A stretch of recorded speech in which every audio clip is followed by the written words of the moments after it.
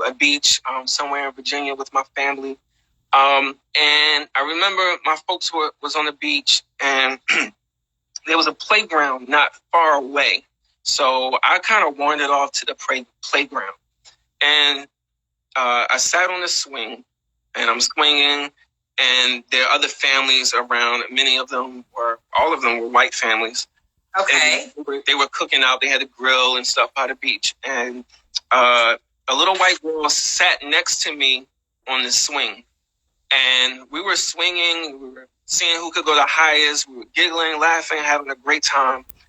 And she was about my age, maybe 7 or 8 years old, probably even slightly a little bit younger. Her mom. When was this again? When was this? I was about 8 years old, maybe. Oh, okay. And this is in relation to what we was talking about at a young age, what we learned. Yes. And I remember seeing her mom with her flip-flops on. She came storming over to the playground. Like, I remember her face. She was very angry. The sand was like pluming up from the ground, and she snatched her daughter off of the swing. She said, "I thought I told you I didn't want you playing with no niggers," and took her away. I was so scared. I was so afraid. I didn't know what was happening. I'm like, what is this? What does this mean? And I found my way back to my family. And the funny thing, I didn't share that story with my parents. I don't know why. But again, that was another lesson. So, just using my life as an example, you look at the timeline of these things happening from a young age, where I go from that incident to seeing Rodney King beaten on film, on tape. You were 8 years old when this happened? Yeah, I was about 8 years old. Yeah. So this must have really impacted you. Why did you not share this with your family? But not only for me, it impacted that little girl. Yes. You see what I'm saying? She found a friend. We were innocent kids, friends for that moment. And her mother reinforced something in her brain and who doesn't listen to their parents? Well, maybe mom is right. Whatever else she was telling her about about Black people, that was the only snippet that I've heard. But who knows? But she kept reinforcing her over and over again. So that was an opportunity lost for us to really heal. But generationally, who knows what that mom was taught? Okay, so I will share with you a little bit about myself. And kind of, I'm not responding to you, but I'm telling you sometimes you have been taught something over and over again, but at some point you have to question and be an individual and take responsibility and say, do I just accept whatever has been taught to me, or do I challenge it and, develop my own understanding? So when I came here as a young girl, when we first came to New York, we had friends, relatives in New York, and they kind of gave us the story that, there are many criminals here in New York, and you have to be careful of, such and such group and such group and African American groups. Okay, they were not just one group that they kind of warned us against. They told us stories about different groups that you have to be careful, areas you can go to, areas you should avoid. So, so as a matter of fact, I should have been scared of African American people. That was the portrayal of them. However, I grew up here going to school with African American people. I had many friends who were African Americans, colleagues. I developed my own social relationships with them. And I, from a very young age, refused to just accept what was told to me and make my own judgments. I was not born here. I came here at the age of, perhaps I was 13, when I came here. So I decided that I'm going to make my own decisions about who I associate with and who I don't. But everybody's not like that. Yeah. So there is even racism amongst the minority groups that we have taught each other and told each other, and we use terminology which might not be acceptable, but we use it because that's all we know and that's all we want to stick with. Like Martin Luther King said, I've chosen love because hate is a great burden to carry. So it is, I think, yes, on a society level, on policy level, and all that level, things have to change. But on individual level, also things have to change. Let me ask you, I'm curious to know. So you're from Saudi Arabia, right? No, I'm actually from Pakistan. Pakistan, okay. In Pakistan, like what's some of the biggest misconceptions About that outsiders or foreigners think about Pakistanis? Like, what do we think that foreigners think of us? Or that you've actually experienced, so if someone is coming to visit and they're traveling that way, like what are some of the things that people are saying that you got to watch out for this? So you do you really want me to say that? Okay. Well, you know that as any bomb blast, God forbid, or something like that happens, the first thing we're like, God, don't let it be a Muslim. I'm a Muslim.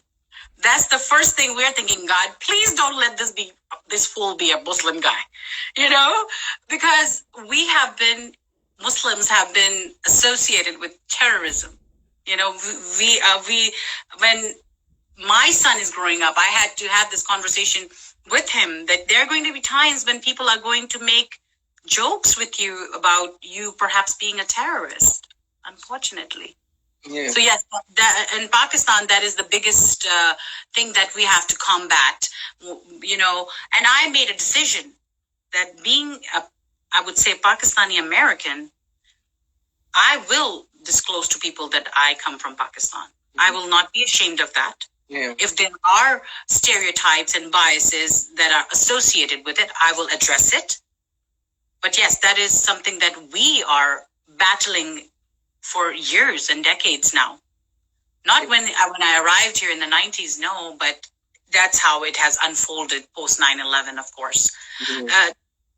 I hope that answers your question. Yeah, let's talk about Yeah, because 9/11 was a very difficult time, and I think that what came out of that I remember, they, of course, memes weren't around at that time, but if they were, it would have been jokes, about Middle Eastern people, so, and one of the things that I think would have been helpful during that time for us to really understand each other is to support one another. So I'm saying that since that African Americans, and when I say African American, I'm talking about descendants of slaves in this country, should have been supportive instead of joining in on at times. I'm not saying everyone was joining in on jokes or anything like that, but I'm just saying that it should have been a bigger presence to support that, and vice versa, to really learn and understand that this is not okay to do this to any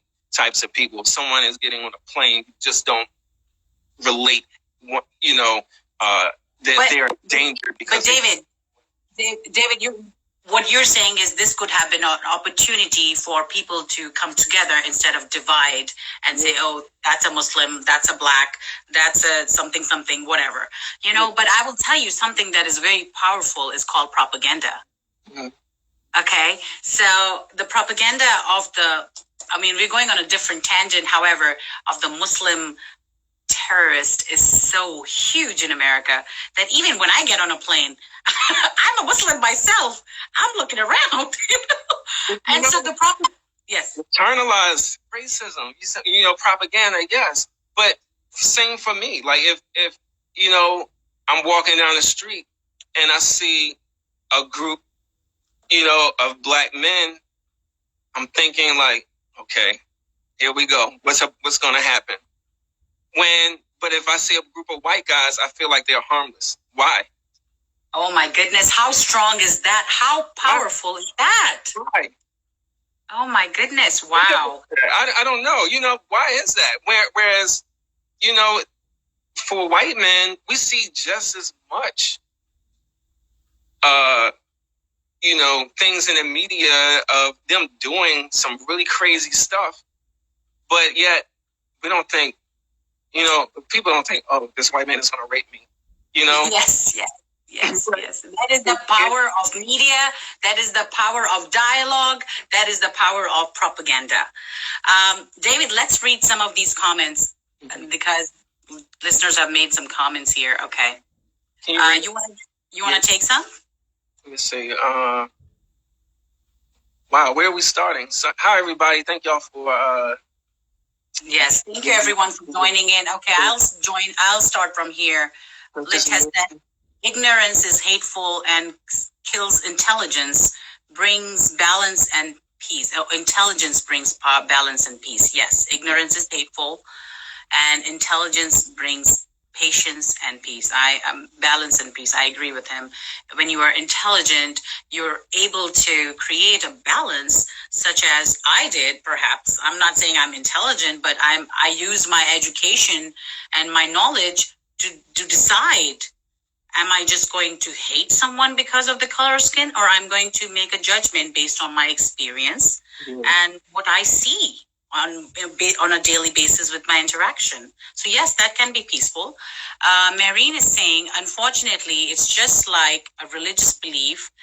Then an individual, we learn that what to accept and what to not accept. Okay, so some of these beliefs are as strong as religious beliefs, is what she's saying.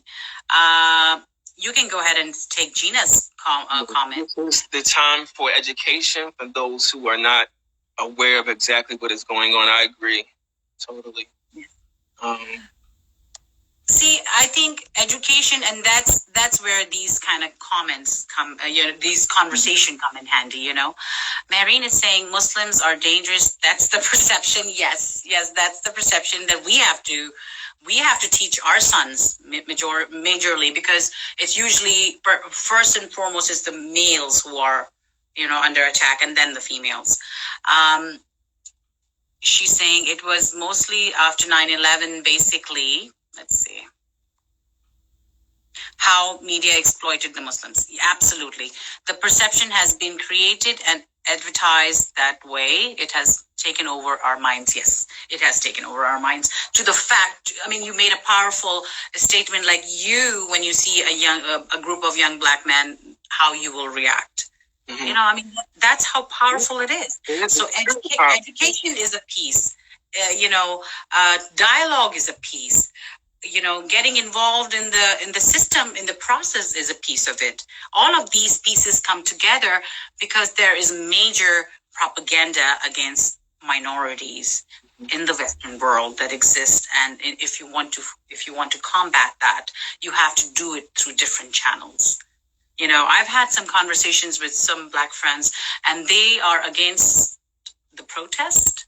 They are saying that we need to get involved in the political process, and some can say protest is part of political process. Sure, I think it's all necessary because it's so complex, and we need people in every area. Not everybody's going to be out there with a sign, and I think that's right. Okay. Right. I think it's okay however people decide to participate to change the perception, the narrative, the entire psyche about this, and it's gonna be at every level and every texture of fabric in our society. Okay, if what you can do is wear a t-shirt, and when you go to the party with your friends who may not feel the same way you do, maybe they might make a racist comment, and you take that opportunity to teach them or let them know, like, nah, we're not doing that in my presence. You stand it out at every opportunity you get. Yes, I think, am I a protester? No, I'm not necessarily going to get out there and do that, but I can do it from my job. I can do it from my circle of friends, or because there are people of color in politics. It's not like we don't have black congressmen, council persons, so they do exist. Right. They are there. So that, again, that goes that, there has to be changes made in every strata of society, individually, systemically, politically, in different ways. Now, I have many, many Pakistani friends, Indian friends, who are actually speaking about Black Lives Matter. A lot of times what happens is there is another side to this conversation. When you start talking about Black Lives Matter, people start talking about, well, what about, Muslims' rights matter, or Chinese rights matter, Hispanic rights matter? Of course they do matter. But a friend of mine shared a very important quote, and like a snippet, and it really made sense that all lives, yes, they do matter. But right now, what's happening, if I come to you as a friend and say, I have had this, I've lost my business, or I've lost a parent, and you say to me, well, everybody loses a parent. So even though it's truthful, but it's hurtful and insensitive of you to say that to me. In that moment. Because right now, that is what is at hand. That is the where the focus is right now. So let's keep it at that. Of course, all lives matter, but right now we're talking about Black lives that matter. The history of oppression that has been happening for years and years. That's what we're looking at right now. We're talking about how the police needs to be retrained, how there needs to be policies that address how police can interact with African American individuals, with other individuals of other color and race. That's what we're talking about, to have the sensitivity to create an environment where everybody feels safe. I'll tell you, even now, like with all these things happening, as a brown, you would call me brown person, when I'm driving and if I see the cops and if they stop me, I get afraid because I don't know what kind of treatment I'm going to get. So this is creating a scare in people of color. My son is about to get his driving license, and I feel like I will have to have a long conversation with him. How are you going to respond when the police stops you? This is a fear now of mine. Yeah. And isn't that sad that police are the ones who are supposed to protect the civilians, and now we are fearing the police? But even with that, like, police protecting civilians is something that came much later. It was, and right now what we're doing, we're seeing it become more militarized, and yes, absolutely. It's spreading to a point where it's affecting people other than the people that it was intended to keep, under control. So we're starting to see that now too. And, so the fact that, like, I wonder if,